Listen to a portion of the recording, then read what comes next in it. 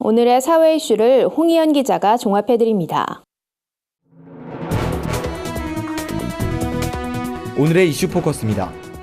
문재인 대통령 지지율이 추석 연휴 직후 여론조사에서 소폭 상승했습니다. 리얼미터 조사에 따르면 문 대통령의 국정 지지율은 지난주 조사보다 1.8% 오른 69.5%를 기록했습니다. 연휴 내내 보인 서민 행보가 긍정적인 역할을 한 것으로 분석됩니다. 특히 연령별 조사에서 60대 이상 고령층의 상승세가 가장 높은 점이 주목됩니다. 정당별 지지율은 더불어민주당과 자유한국당이 소폭 상승한 반면 국민의당과 바른정당, 정의당은 정체하거나 소폭 하락한 수치를 보였습니다. 북한이 최근 대외선전 매체를 통해 밝힌 개성공단 재가동 방침에 대해 우리 정부는 개성공단의 공장과 기계 설비 소유권은 우리 기업에 있다며 이 같은 재산권을 침해해선 안 된다고 밝혔습니다.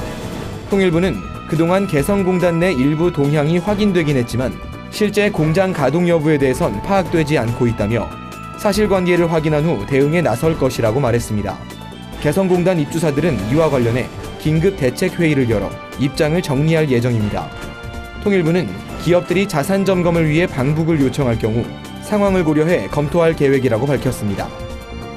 앞으로 위해성이 중대한 물품을 리콜할 때는 문자 메시지와 TV 광고, SNS를 통해 정보가 공시됩니다.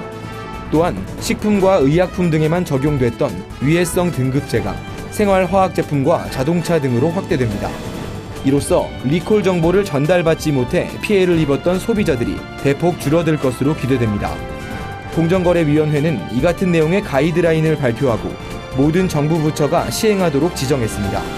환경부와 식약처 등 관계부처는 가이드라인의 내용을 반영해 주요 법령을 즉각 개정하겠다고 밝혔습니다. 우리나라 국민은 노후 준비 부족으로 생애 마지막 8년을 불행하게 살 수도 있다는 조사 결과가 나왔습니다. 생명보험 사회공헌위원회가 한국과 일본, 미국, 독일, 영국의 경제활동 인구 1000명을 대상으로 조사한 결과 우리나라의 행복 수명은 74.6세로 나타났습니다. 현재 우리나라의 기대 수명은 83세로 약 8년의 차이가 발생합니다. 반면 영국과 미국, 독일 등 서구권 국가는 행복 수명과 기대 수명 간 격차가 비교적 작게 나타났습니다. 전문가들은 한국은 모든 영역에서 노후 준비 상태가 미흡한 것으로 조사됐다며 선진국에 비해 부족한 금융연금 자산을 늘려 안정적인 노후 소득원을 마련할 필요가 있다고 조언했습니다.